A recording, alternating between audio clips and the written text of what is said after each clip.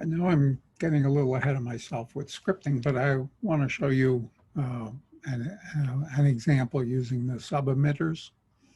Uh, it's a fireworks with sound. I did mention it earlier in one of the earlier lectures, but I want to go through it kind of carefully here at this point. So particles with sound. As I mentioned, the fireworks is a really good example of the powerful sub-emitter module that lets you start things. Um, uh, so to design a fireworks setup here, I started with a root system that emits an invisible particle. All I did was turn the render module off, and this invisible particle, sort of the rocket uh, of the fireworks system. I used a cone with bursts, a speed of 25, a lifetime between 3 and 7, and a quarter gravity modifier. This particle system has 3 events, a birth event and 2 death events. The birth event emits the trail. The thing that we see is it's going up. And this uses the default particles, emitting 1 per distance, lifetime of 3, gravity of a quarter, speed of 0. They start with yellow, but they have a color over lifetime that fades to invisible. And they inherit a quarter of their parent's velocity as they go. I used a noise module with a strength of 2 in just the X and Z directions, and a scrolling of 20 with 3 octaves worth of noise. You can see the picture when you look at it. So the first death system, when this invisible particle dies, it emits a single short-lived particle burst, very short, 0.05, from a sphere with 0 speed. The size of a lifetime module, controlled with a curve, makes it grow quickly to a very large size and then shrink it back to 0. In its sub-emitter, on death, it emits a sizzle system. So this death system is where the sound's going to come from. So I'm also attaching an audio source to it. More on that later. The sizzle system is a simple burst of 30 from a sphere, speed 20, gravity 1, lifetime 10, color orange, with a noise module that's fairly strong, strength 10, scrolling 1 and 3 octaves. The sizzles can collide with the world, so it has a collision module with a high quality collision, no bounce, and a complete loss of lifetime. A trail module uses stretched particles, fireworks tail, with a lifetime of a quarter. On death, on collision, this will also start a splat system. The splat system in one I showed you was kind of a blue puddle, but I believe in this I've replaced it with the complex fire from the standard assets. The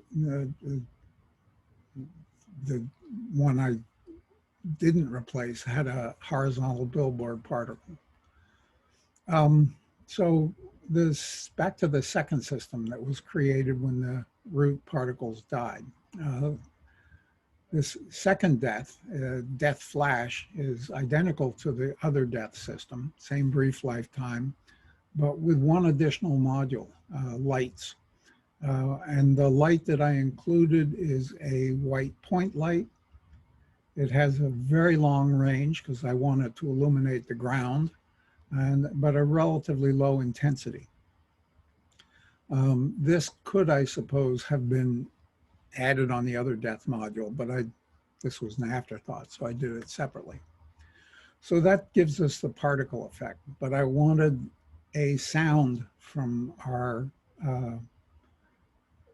from our particle system. I wanted the boom or the report, whatever you want to call it, that's typical of modern fireworks. And for this, I need to resort to scripting.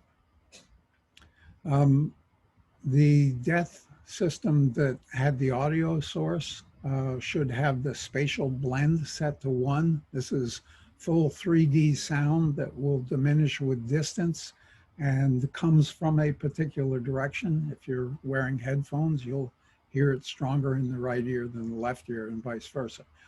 The fall off is logarithmic with a minimum of 1 and a maximum of 1,000. So the script that controls this boom has a number of exposed variables for the an array for the audio clips. These are the sounds that I might use for my explosions. A transform that point of view that is generally where the camera is or wherever the audio listener is. Cameras have audio listeners. And this game object marker is something that I used in debugging. I'll show you why later. Some private global variables, the particle system PS, the audio source sound, current particle count, which is initially 0, and the speed of sound and an array for the particles. In start, I get the various components. I get the particle system and the audio source into PS in sound. I stop the sound. This prevents it from playing if it happened to have an autoplay on it. And I select randomly between 0 and clip length. If I have more than one sound, this will pick one of them randomly.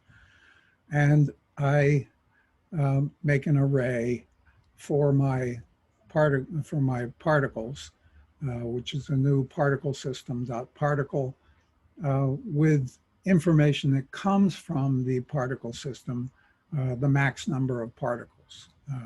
Remember, we could set that to 1,000 or 10,000 or whatever. In update, a function that's called every frame, we test to see if the particle count has increased.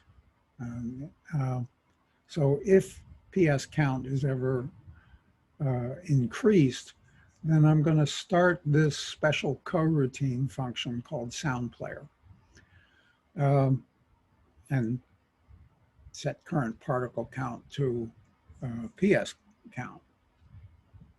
So sound player is a coroutine. Coroutines are special in that they have the ability to wait. We'll talk much more about this when we get to scripting.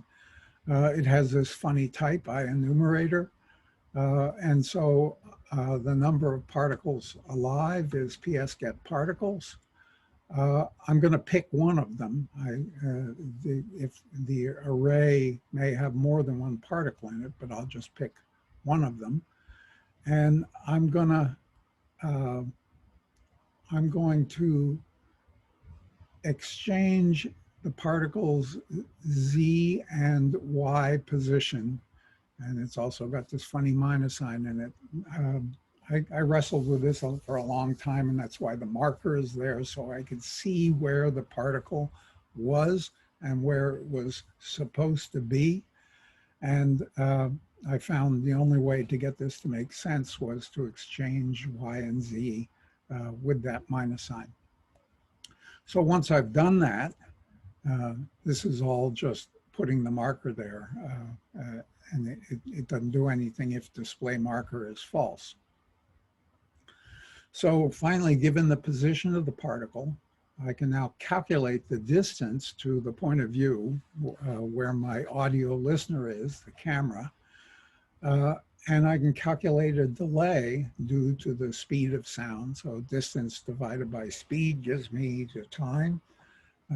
Speed of sound is 343 meters per second.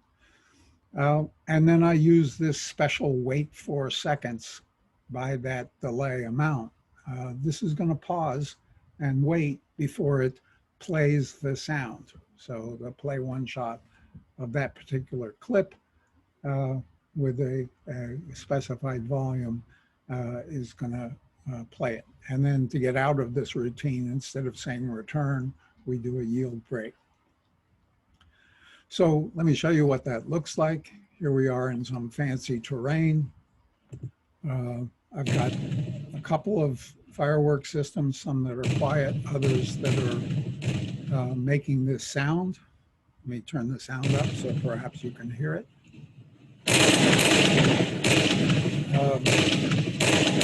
Notice I replaced the slant with complex fire. So this is the kind of fireworks that you don't want to have during a drought. If I back up here, the further away I get, the longer the delay is. Flash of the sound.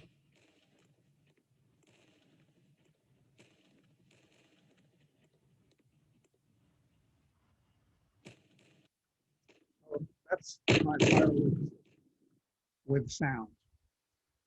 So I'll stop the share at this point, and I'll end recording, and I'll see you all in class. I had a lot of fun with this one. Bye.